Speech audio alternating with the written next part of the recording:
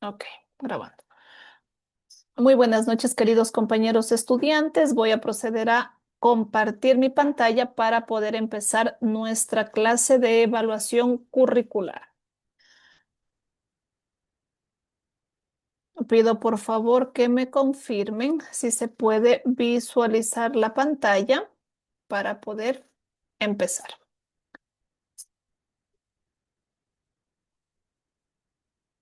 Tururú. Ok, perfecto. Ok, compañeros estudiantes. Para empezar nuestra clase de hoy, vamos a realizar un poquito de una retroalimentación sobre la clase anterior. ¿Quién me recuerda que habíamos trabajado la clase anterior? ¿Qué fue lo que mencionamos?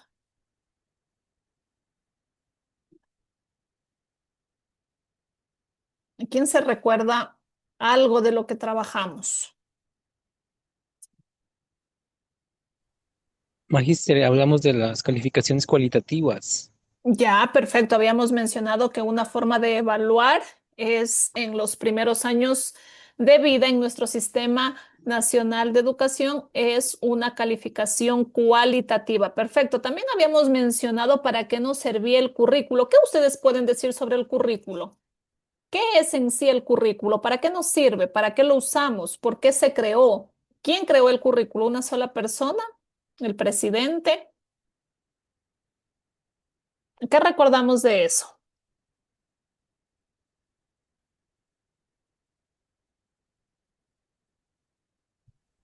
Buenas noches, Magíster. Muy Bueno, buenas pues, noches, María del Pilar, ¿le escuchamos? pues el currículo se lo puede definir o se lo define como el conjunto de contenidos, habilidades, actitudes, objetivos de enseñanza que, por ejemplo, guían a una institución educativa para formar estudiantes. Podría ser así. Ya, perfecto. Nos dice que el currículo es una guía. Perfecto.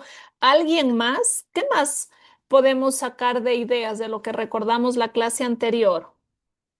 Magíster, también el currículo se habla que es flexible, que se lo puede utilizar y se lo puede modificar de acuerdo a la realidad tanto local como institucional. Ya, también en la clase anterior habíamos mencionado que el currículo es sumamente flexible y que siempre está en constantes cambios de normativas, actualizaciones, fortalecimiento, ¿verdad? En sí, chicos, el currículo, como nosotros habíamos dicho, es nuestro modelo de educación que como país queremos formar a nuestros estudiantes para obtener excelentes bachilleres. Sí, ese es el fin del currículo. Y luego el currículo se extiende al nivel universitario, en donde también tiene su reglamento, pero obviamente ya implican o se incorporan nuevas leyes. ¿Ok? Cuando nosotros hablamos de evaluación curricular, también es importante mencionar que el currículo abarca un montón de teorías porque en estas teorías se encuentran contempladas el desarrollo de los estudiantes, es decir, desde todas las edades que están comprendidas dentro del currículo para garantizar el aprendizaje. ¿Sí? Entonces, partiendo de eso. ¿Por qué es importante en el currículo nosotros poder estudiar el desarrollo humano y cómo esto se vincula con el aprendizaje? ¿Sí?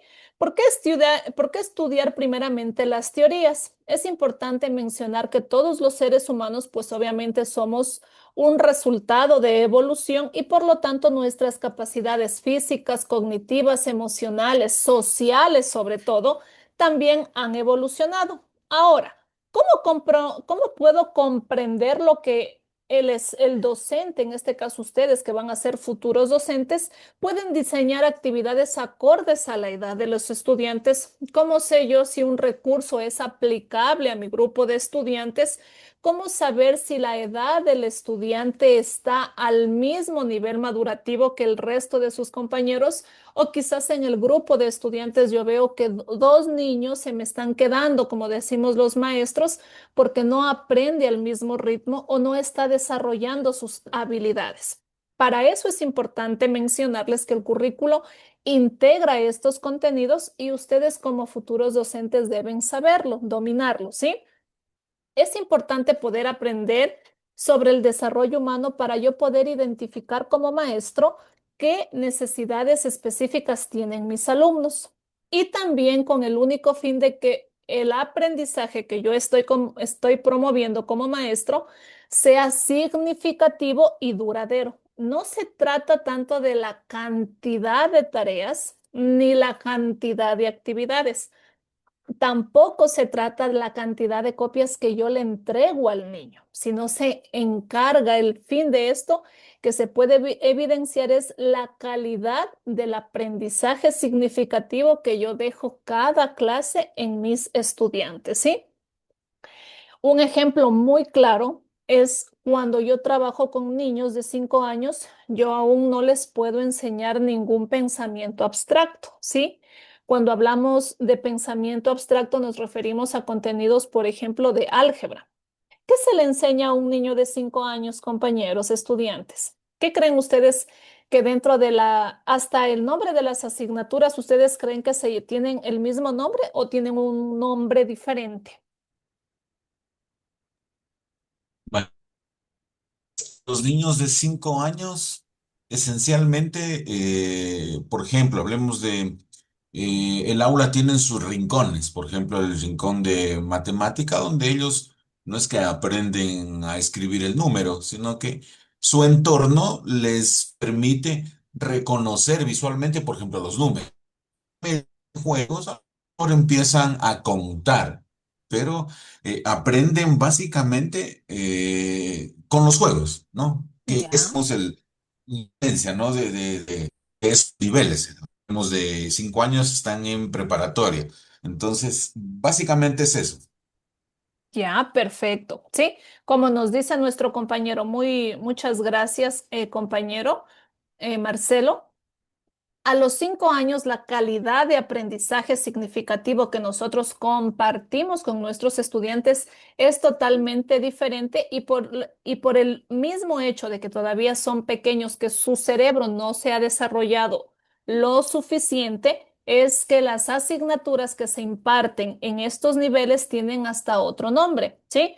Yo a un niño de 5 años recién le puedo enseñar a que él pueda entender la noción de cantidad. Yo le puedo decir, mira, esto es uno y se lo representa con este símbolo y recién él está visualizando el número uno. ¿Qué es lo que pasa en América Latina? Sí, nosotros, como en este caso, pues el gobierno y el Ministerio de Educación lo que hace, chicos, es básicamente acelerar el proceso de aprendizaje. Por ejemplo, en Finlandia, Suecia, los estudiantes recién van a la escuela a los 7 años. Entonces, ¿por qué tienen estas edades mucho más altas? Porque a los 7 años ya está comprobado científicamente que el niño tiene independencia para la mayoría de sus funciones. Ha adquirido y ha desarrollado ya un lenguaje más claro, tiene un mayor manejo de emociones, sabe ya cómo llamarle si se siente triste, si se siente alegre, él sabe expresarse, sabe pedir ayuda. Y la parte de los huesecillos de la mano, su musculatura es mucho más tonificada, por lo tanto el agarre a la escritura va a ser mucho más fácil, ¿sí?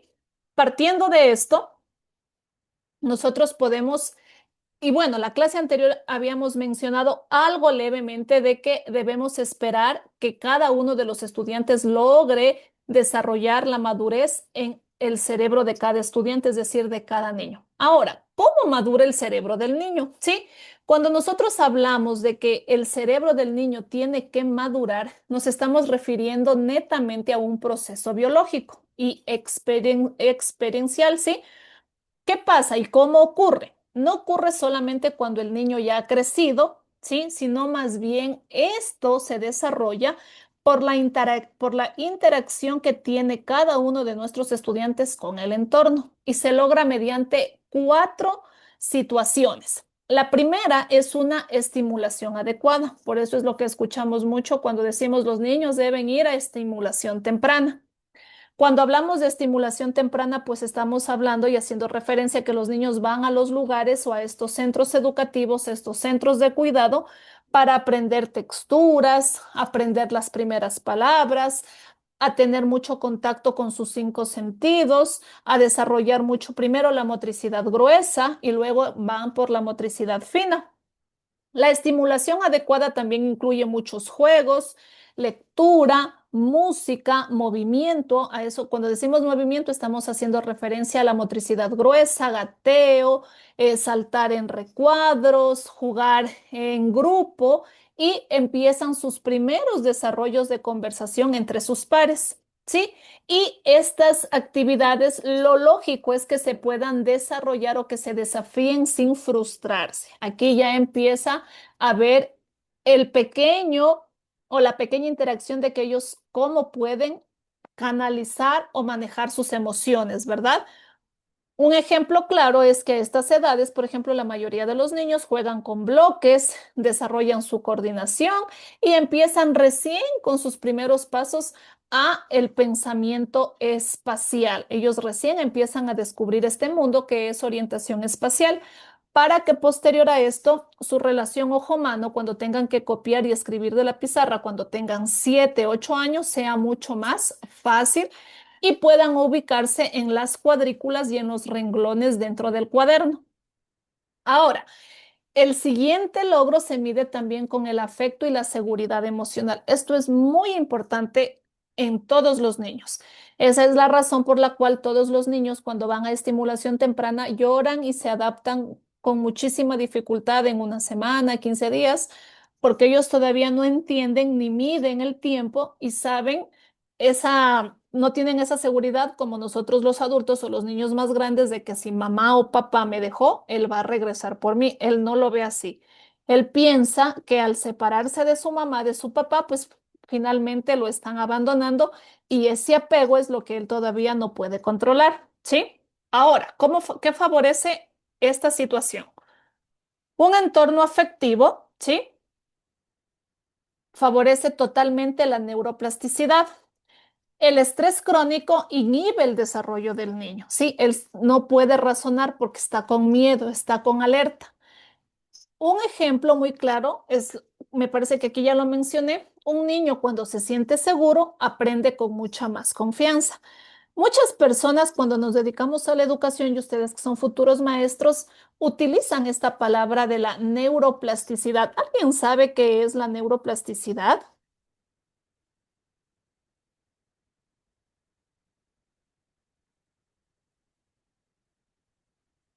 ¿Algún compañero tal vez o compañera?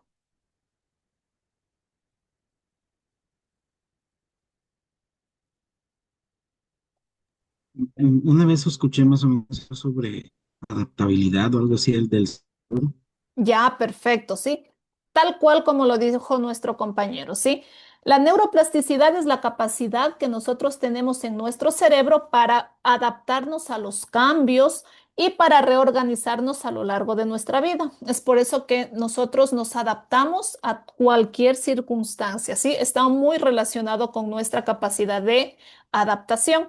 ¿Y cómo funciona? Pues obviamente en nuestro cerebro lo que hace es mayor aprendizaje, nuestras neuronas se activan con muchísima más facilidad, hay mayor conexión neuronal y mientras más yo repita una actividad, estas neuronas se van entrelazando, uniendo cada vez más fuerte y así se forman las nuevas redes neuronales. Es por eso que cuando los niños están muy chiquititos, esta neuroplasticidad para ellos es un boom, ¿sí? Aprenden mientras más repiten cualquier acción, cualquier rutina, cualquier hábito ellos ellos desarrollan excelentes redes neuronales. Es por eso que las personas que son expertas en crianza siempre sugieren el desarrollo de rutinas con los niños. ¿Por qué?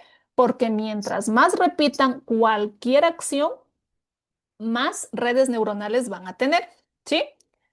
Ahora, ya habíamos mencionado acerca de la madurez de los niños, pero otra situación que nos ayuda y favorece a la maduración en el cerebro del niño es la buena alimentación.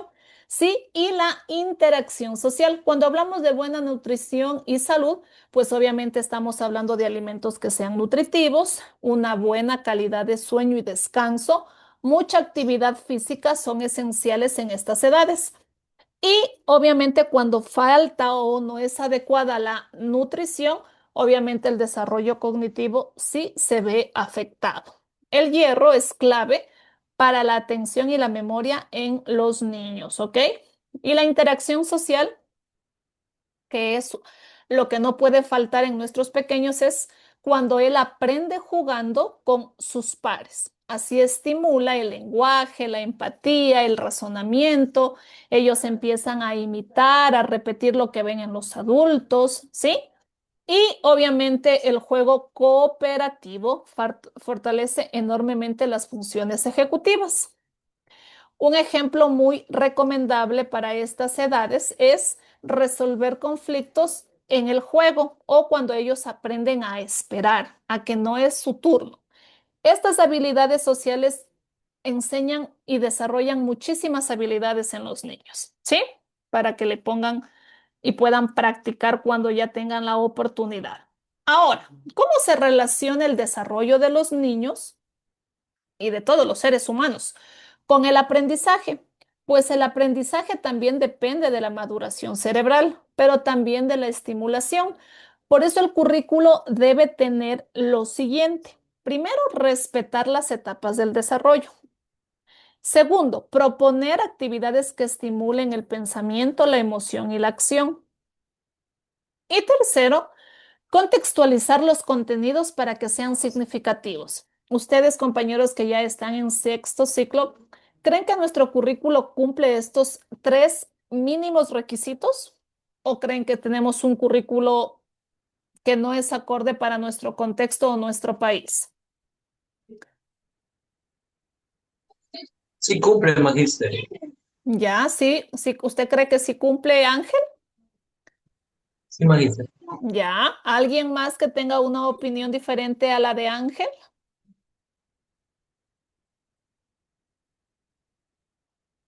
Ya. Como nos dijo nuestro compañero, nuestro currículo está muy bien enfocado para respetar las etapas del desarrollo, ¿sí? Es por eso que, por ejemplo, en preescolar aún se enseña a clasificar los objetos antes de enseñar las operaciones matemáticas. Y se los enseña a clasificar por forma, por color, por peso, ¿sí? Todas estas tres características de relación entre el desarrollo de los estudiantes y el aprendizaje está contemplado en nuestro currículo. Ahora, es importante mencionarles que a más de estas relaciones que tiene el currículo en todas las planificaciones con todos los criterios de evaluación, con todos los criterios y todas las destrezas, incluidas los objetos del nivel y del subnivel, tiene teorías que se desarrollan y permiten, pero sobre todo, garantizan al docente y al estudiante un aprendizaje significativo. Y dentro de las teorías que se aplican en el currículo tenemos las siguientes. En primer lugar o en primer punto tenemos las teorías psicoanalíticas. Estas teorías psicoanalíticas fueron diseñadas por Sigmund y Erickson, en donde están enfocadas básicamente en el desarrollo social de la personalidad. Freud hablaba, la clase anterior lo mencionábamos, en sus etapas psicosexuales, mientras Erickson hablaba de las etapas psicosociales. Si nosotros analizamos estas dos teorías, pues obviamente Erickson nos daba dos puntos de partida. Es como nosotros básicamente comparamos al estudiante y le decimos, ¿tienes confianza o estás con mucha desconfianza? Sientes mucha autonomía versus vergüenza. Siempre estamos ofreciéndole dos emociones o ideales al momento de ver su desarrollo. Ahora, estas teorías en nuestro currículo no se usan mucho porque su enfoque es subjetivo y de una u otra manera, como lo habíamos mencionado, tanto Sigmund como Erickson habían desarrollado estas teorías para un enfoque clínico, ¿ok? Otra teoría que tenemos son las cognoscitivas, ¿sí? Estas sí que influyen en el currículo nuestro. ¿Qué buscan estas teorías? Comprender cómo se construye el conocimiento y saber quién aprende y cómo aprende y mide también las condiciones de este aprendizaje. Las principales teorías son el conductismo, aquí viene la psicogenética de Piaget, el aprendizaje significativo de Ausubel y el sociocultural de Vygotsky. ¿Ok? Estas teorías básicamente sí las podemos evidenciar en nuestro currículo. Ahora, ¿a qué hace referencia con el conductismo? ¿Quiénes usaban mucho el conductismo? Pues está Pavlov, Watson y Skinner. Aquí el conductismo afirma que el aprendizaje es una respuesta a estímulos y se refuerzan con conductas deseadas. ¿Qué quiere decir? Que si yo hago una acción buena, voy a tener un premio. Siempre tienden a premiar. Pero obviamente esto es favorable hasta ciertos casos porque luego viene la condición o el condicionamiento ante la acción, ¿sí? El ejemplo es claro, recompensar con puntos a quien participe en clase. Y esto sí se ve mucho en nuestro sistema educativo. Dentro de la aplicación curricular, obviamente, pues se puede evidenciar cuando el niño ejecuta o cumple los diseños de objetivos observables bajo una lista de cotejo y la evaluación por desempeño visible. Es decir, si el estudiante cumple lo que yo pretendo, lo voy premiando, ¿sí? Por ejemplo, en edades más tempranas y también se ve que se utiliza esto para estudiantes que tienen problemas de conducta, ¿sí? Si tú te puedes autocontrolar, te vas ganando una estrellita, por ejemplo, ¿sí? A eso se refiere con el conductismo. Ahora, la teoría psicogenética de Jean Piaget, ¿a qué hace referencia? El enfoque de esta teoría es el desarrollo de estructuras mentales y conceptos claves, como por ejemplo, primero debe haber adaptación, asimilación y acomodación. Todos estos enfoques se cumplen mientras las etapas del desarrollo se realicen. En este caso, Jean Piaget habla de 4 etapas del desarrollo. La sociomotora, que va de 0 a 2 años, la preoperacional, que va de 2 a 7 años, las operaciones concretas de 7 a 11 y las operaciones formales de 12 hacia la vida adulta. Por ejemplo, no enseñamos pensamiento abstracto antes de los 12 años, ¿sí? Jean Piaget afirmaba que en cada etapa del desarrollo las actividades deben ser acorde a esta etapa, según el desarrollo de cada niño. Ahora, David Azubel hablaba sobre el aprendizaje significativo y esa es la palabra que más eh, hoy por hoy escuchamos o está en tendencia, ¿sí? ¿Cuál es la idea principal de David? Es aprender con sentido y no memorizar.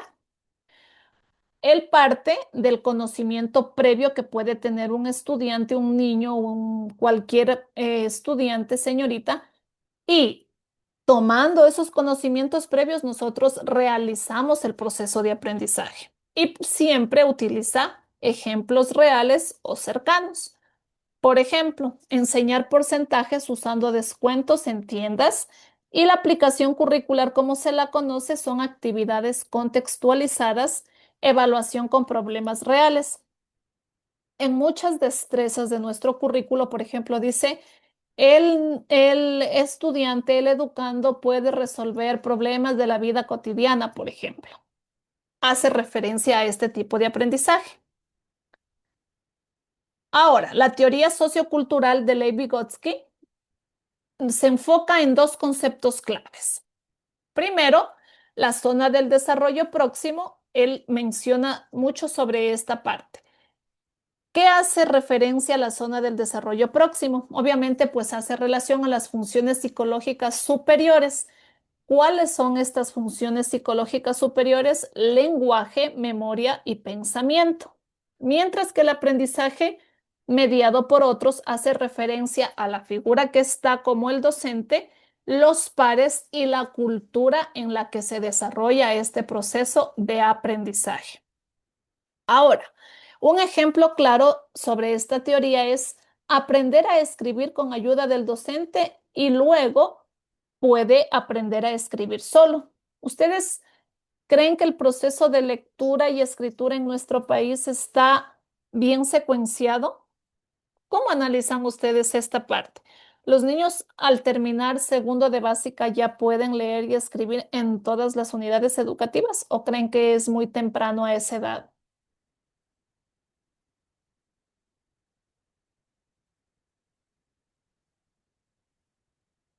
Hola.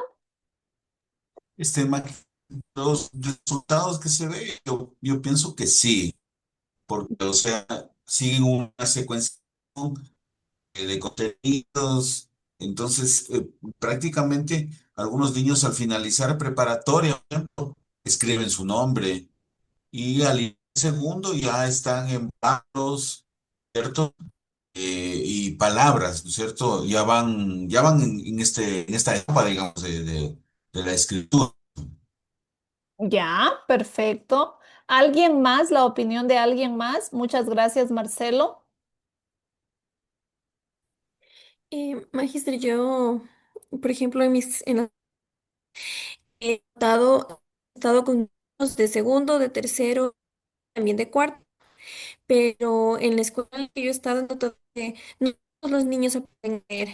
Por ejemplo, había un grupo de 25 que de los cuales 5 leían en cuarto grado, 5 leían ya como que con pausa, o sea, como dando a entender, los demás era, como suelen decir, van una idea de lo que dicen y ya. Y por ejemplo, es y en otra que también he estado, igual, así mismo, hay niños que sí pueden ver que en segundo grado aprenden ciertas sílabas, pero otros que no. Están con las vocales, la M y la P. Ya. ¿A qué creen, compañeros? Sí, y lo que dice nuestra compañera es lo que demuestran las cifras, ¿sí? No todos los niños al terminar segundo de básica terminan leyendo y escribiendo palabras, no oraciones, palabras. Si un estudiante no puede leer y escribir palabras, ¿ustedes creen que podrá hacer oraciones sencillas? ¿A qué le llamamos una oración sencilla? ¿Cuántas palabras tiene que tener una oración sencilla?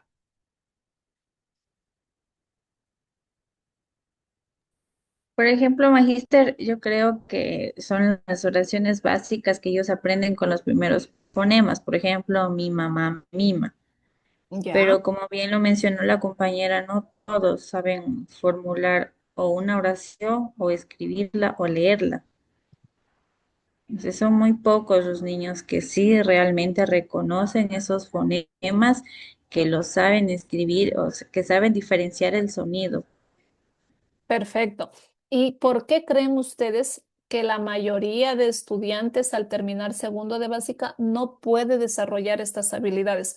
Porque no estamos hablando de que se quedan uno o dos, se queda más del 50% sin lograr desarrollar estas habilidades. ¿Qué estará pasando? Magíster, yo considero, a veces es por la infraestructura de las instituciones, digamos, sectores rurales sobre todo, no se dan las condiciones, hablemos tecnológicas para un aprendizaje significativo.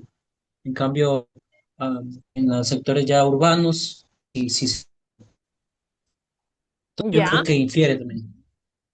tiene mucho que ver la parte de infraestructura con el nivel del aprendizaje, Ángel.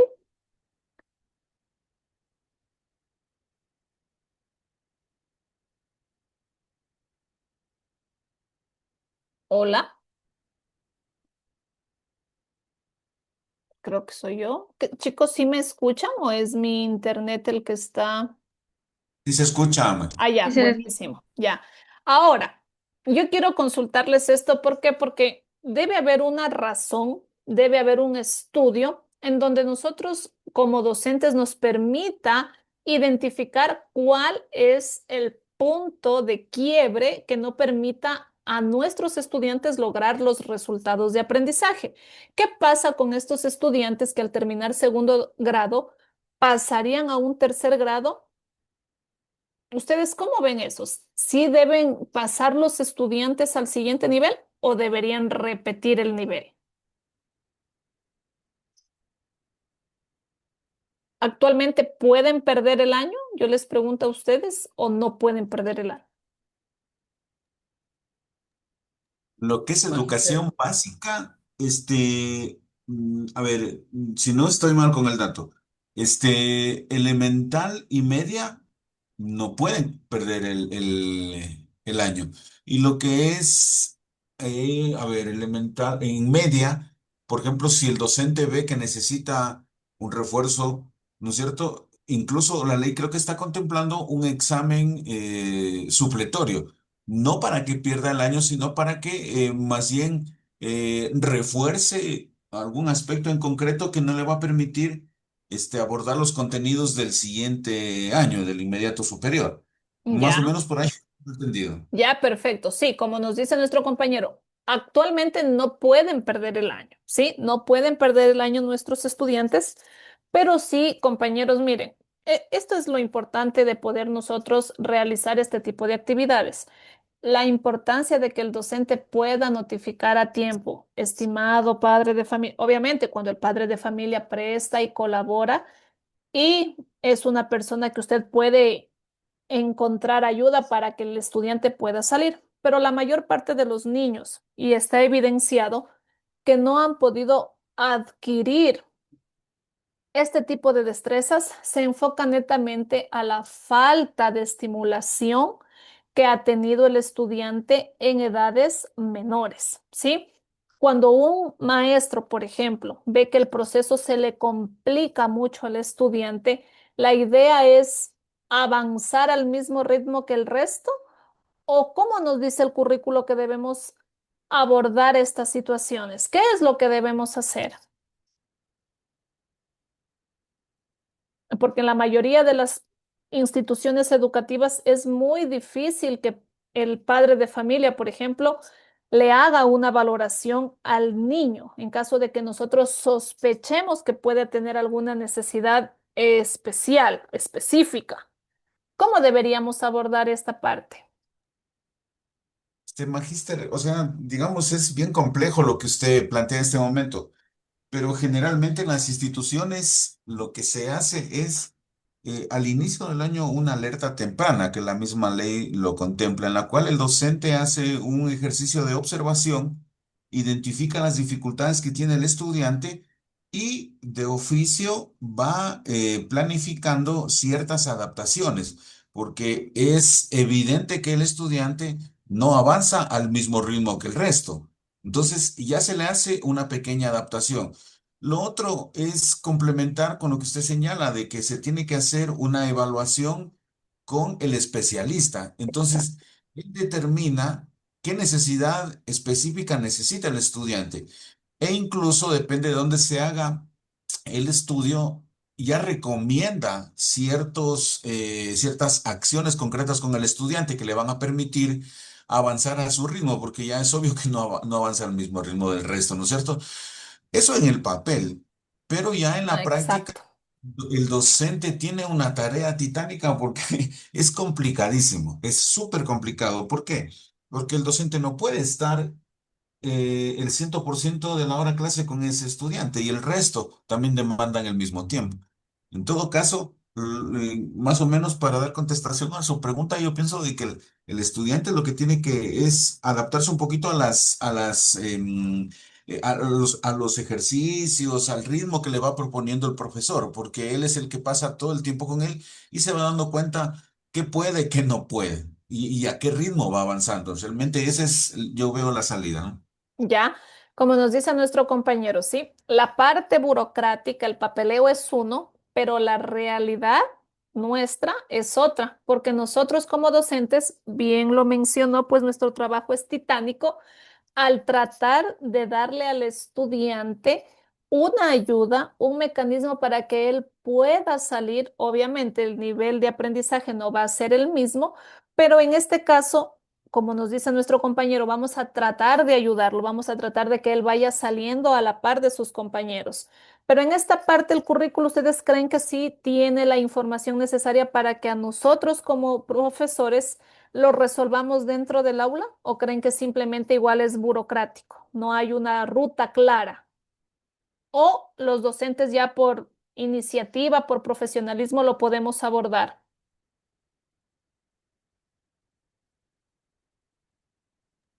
Es que magíster, hablemos que no todos los docentes, hacen lo que usted dice. Hay algunos que por la sobrepoblación de alumnos, porque tienen demasiado alumno, ya sea en primero, segundo, tercero, cuarto, quinto de básica, por lo que existe demasiado estudiante, entonces el que salió bien y el que no, no.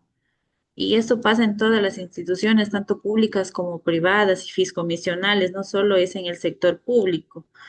Entonces, yo creo que o a veces también no existe el apoyo del padre de familia, por más que el docente insiste, insiste, insiste, el padre de familia le da igual.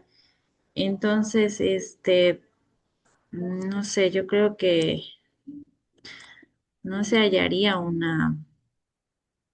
no se llegaría a una respuesta concreta, decir que si el docente quiere ayudar, a veces el padre de familia no colabora, o a Yo veces les da creería, igual si el niño aprendió bien, si no, no.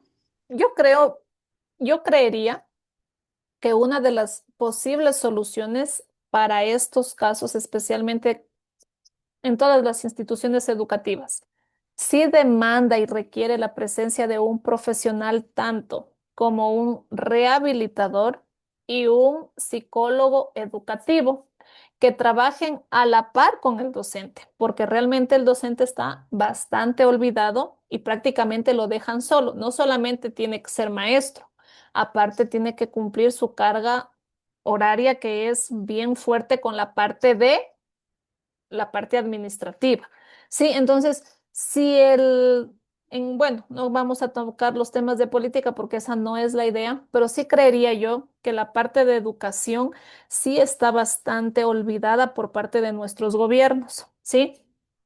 ¿Por qué? Si nosotros como maestros trabajáramos con más profesionales en nuestros salones, yo creo que la carga sería más llevadera para el docente. Sí, muy pocas instituciones educativas, por ejemplo, no trabajan con un psicólogo para sus docentes, porque la carga y el peso de ser maestro es bien fuerte. Sí, y uno como maestro también es ser humano, no deja de ser humano. Entonces, por lo tanto, sí necesitamos también los docentes un espacio para nosotros también poder recuperar esa tranquilidad, pero sobre todo esa apertura y esa confianza para poder nosotros soltar esa carga, ¿sí? Y esta parte sí deberían, por ejemplo, en mi criterio, creo que el currículo sí se debería agregar.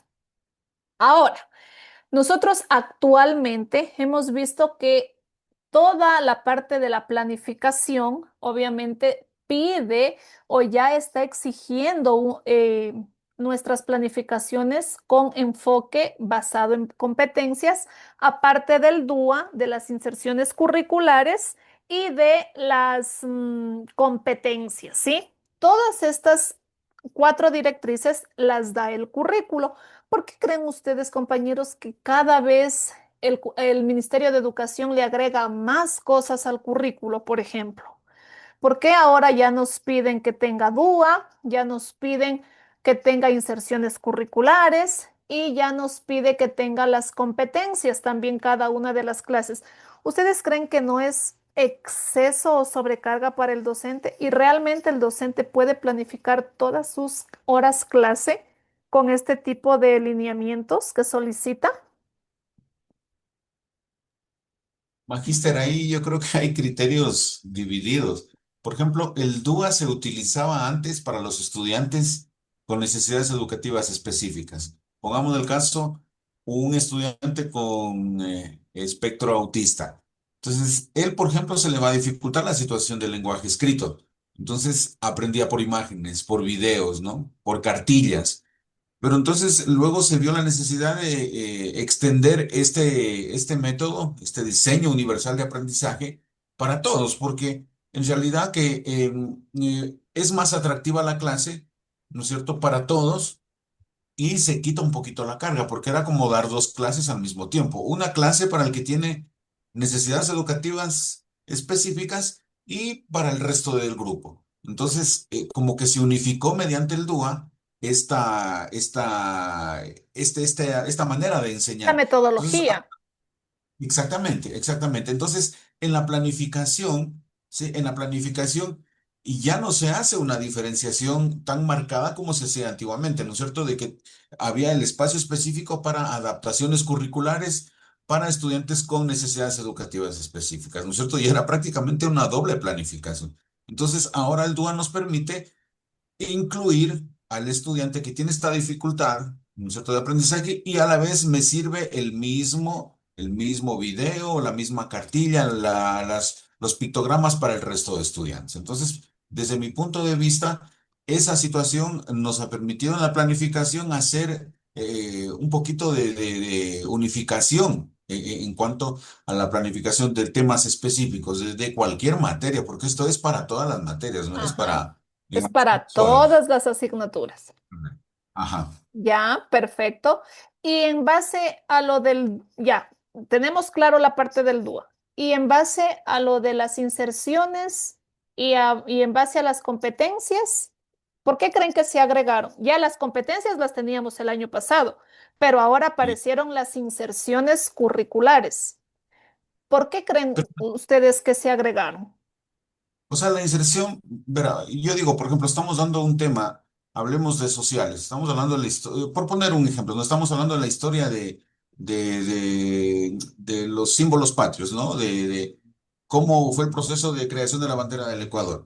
Si usted observa el documento, el currículo priorizado que está vigente en este momento, el momento de la inserción, por ejemplo, en cívica, hablemos de cívica, usted puede ir ya introduciendo pequeños temas porque no es que se va a hacer otra planificación, simplemente es un cápita que Son, usted le agrega. claro, son destrezas transversales, ¿verdad? Y al ser Sí. transversales, pues nos permite incluirlas en cualquier momento de la clase, en todas las asignaturas, no necesariamente, si estamos hablando de cívica, no necesariamente tiene que ser en sociales, por ejemplo, ¿verdad? Exacto, exacto. Ya, perfecto.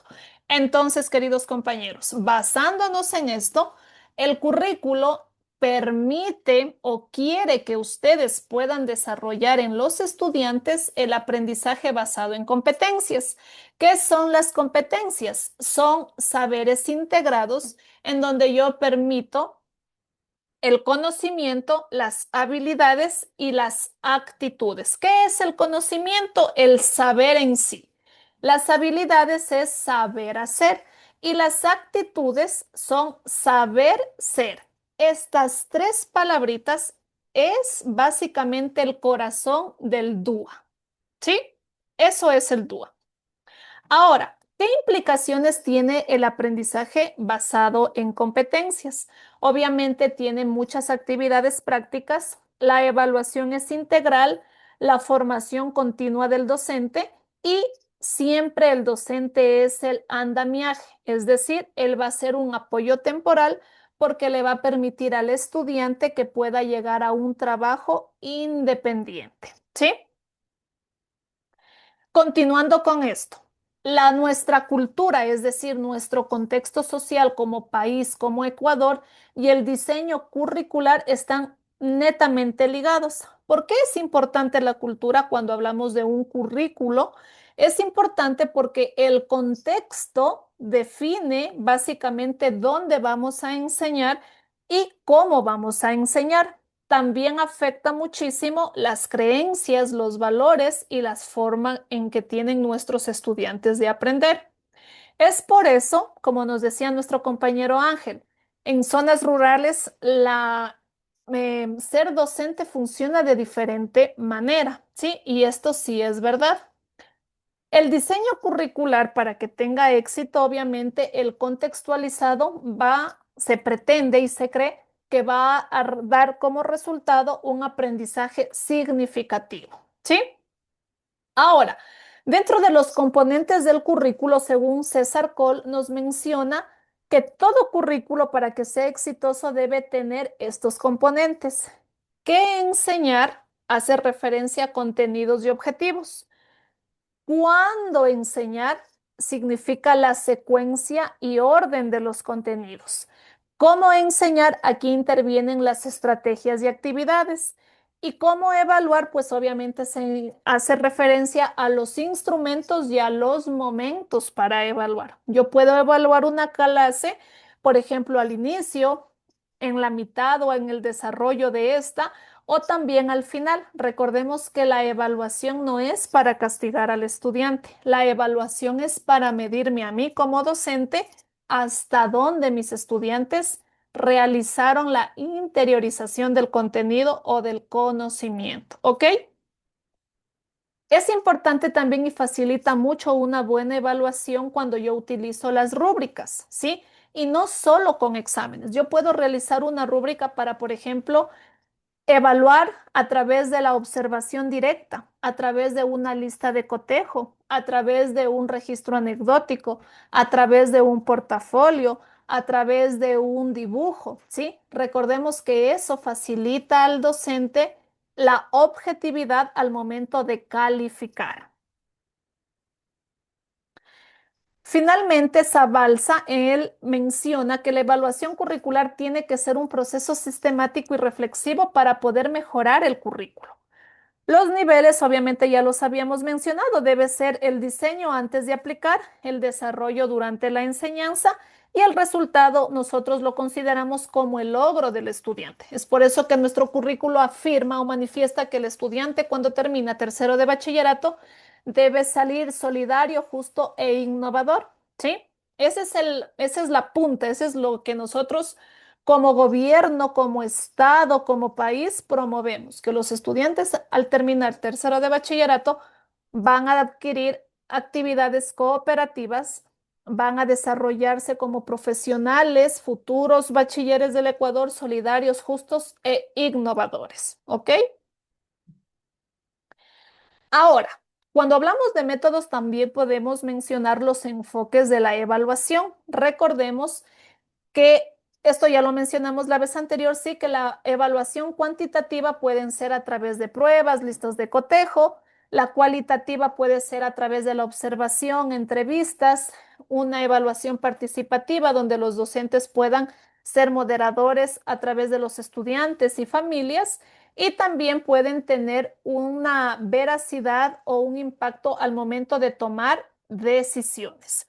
Es muy importante mencionarles que actualmente la utilización de elaborar portafolios por parte de los estudiantes es muy atractiva al momento de calificar, ¿sí? Finalmente, para cerrar, quiero mencionarles que diseñar, enseñar y evaluar no son tareas aisladas, son parte del mismo proceso que nosotros como docentes realizamos. Este proceso busca formar personas competentes, críticas y comprometidas con nuestro entorno, ¿sí? Si bien es cierto que nuestro currículo pues no solamente es un documento técnico, sino es una herramienta viva que se transforma y se evidencia en cada estudiante, en cada contexto y en cada docente, ¿sí? Compañeros, eso sería todo acerca de la clase de hoy. No sé si tal vez ustedes tienen alguna pregunta, tal vez.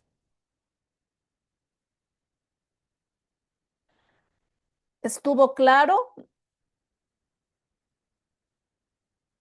Perfecto, compañeros. Voy a dejar de compartir y nada más para cerrar. No sé si alguien tal vez puede mencionar o tiene, nos puede ayudar a realizar la retroalimentación para cerrar nada más nuestra clase, porque es entonces importante la identificación de las teorías en nuestro currículo. ¿Para qué nos sirve? ¿Qué punto de partida nos da a nosotros como docentes? ¿Y por qué el currículo también aborda contempla todas estas etapas del desarrollo de nuestros estudiantes?